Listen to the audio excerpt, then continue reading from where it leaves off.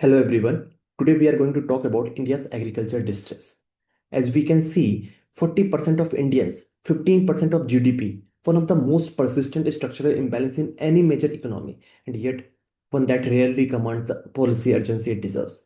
Today we are going to dissect India's agriculture distress not as a welfare problem, but as an economic one.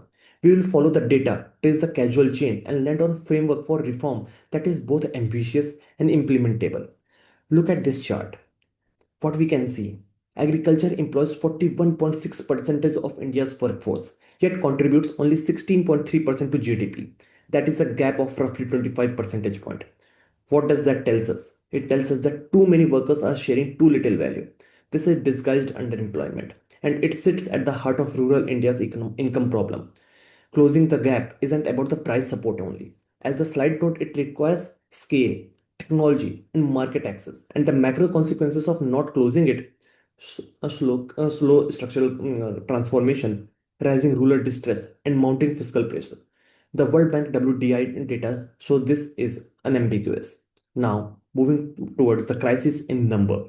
Now, the average agriculture household earns roughly around 10,000 per month. That's from the Mosby Situation Assessment Survey. Compared to that, there is a 24,434. That is the average urban regulated salaried workers' monthly wages as a wage of 2023 to 2024. And remember, the farm figure is household income, multiple earners combined, while the urban figure is just an individual's earning. The real gap is wider than it looks. 86% of the Indians operating holders are under 2 hectares.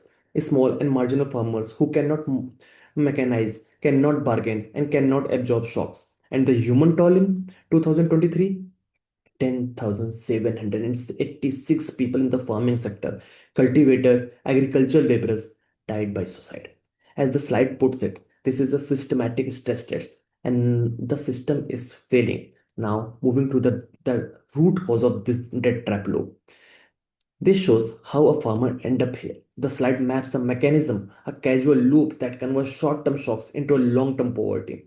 It begins at stage 1, that is low farm income, thin margins, no buffer. When a shock arrives, a bad monsoon or a price crash at harvest, the farmers turn to informal borrowing at stage 2. That's a money lenders, not the banks.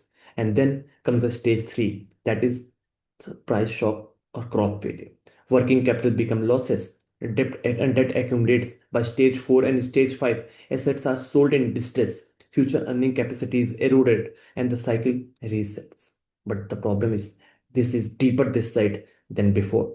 Three elements drive this. 51% of net shown area is rain-fed. So monsoon volatility directly becomes income volatility. Crop insurance under PMFBY is patchy. Claims often go unpaid, and APMC linked intermediation means the price a farmer receives as the farm gate is far below than the retail price. This is a system operating exactly as designed and is designed against the farmer. Now, moving to the debate, the policy failure, the MSP debate.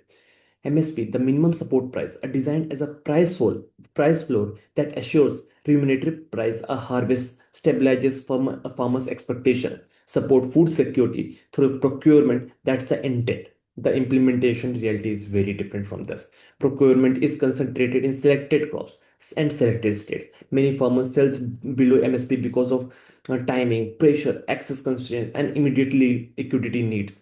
Perceived policy uncertainty reduced trust and compliance. The Swaminathan Commission recommended that MSP set at least 50% more than the weighted average cost of production.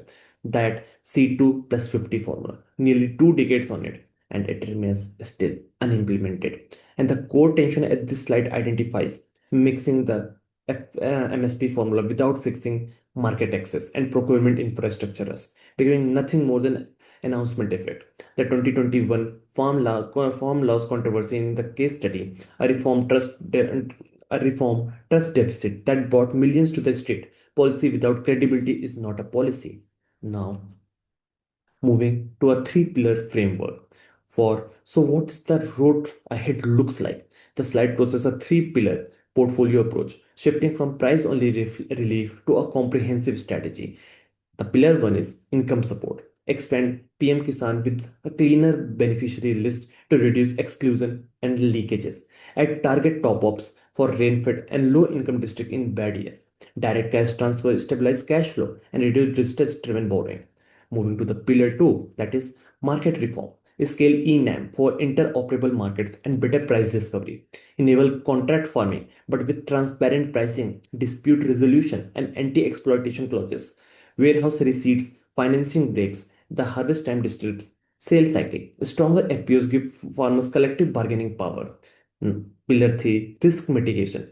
Reform PMFY, PMFBY for faster, fairer claims. Expand micro irrigation and farm ponds to reduce monsoon dependency.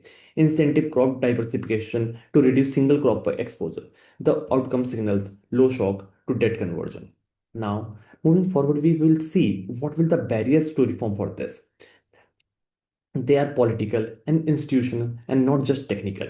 In the top right quadrant, the center state friction, MSP operation, APMC rule, procurement logistics, and land governance all span jurisdiction. Coordination failure slow or dilute every reform attempt. In the bottom right, we can see vote bank politics. Farm pricing reforms affect large constituencies. Short-run pain is visible, long-range gains are diffuse. That asymmetry is political lethal. And the last, financial literacy and credit access gap. Keep farmer dependent on the costly informal finances and distrust of corporatization that is legitimized by 2021 means any reform resembling liberalization faces resistance regardless of merit. The path forward, as this shows, requires safeguard and enforcement. Center states compacts with shared outcomes and demonstrate quick wins in willing states to build trust before scaling. Now, moving forward, the call to action. A nation that cannot feed its farmer cannot be ambitious. Reform here is an economic imperative, not only welfare. The road ahead requires three moves: prioritize productivity, resilience, and the dignity of the farmer's income. Pair market access with the safety nets because market reforms without cash flow support just shift value capture upstreams and execute with trust, data, and center state alignment because credible safeguard are what turns policy into delivery. The sources are not on screen. World Bank, MOSPI, NCRP, Agriculture Census, Santa Kumar Committee, PRS India, and MOFW. The evidence is unambiguous. What remains is the political will. So we have to move forward for that. And here we end our demonstration and our presentation. Thank you.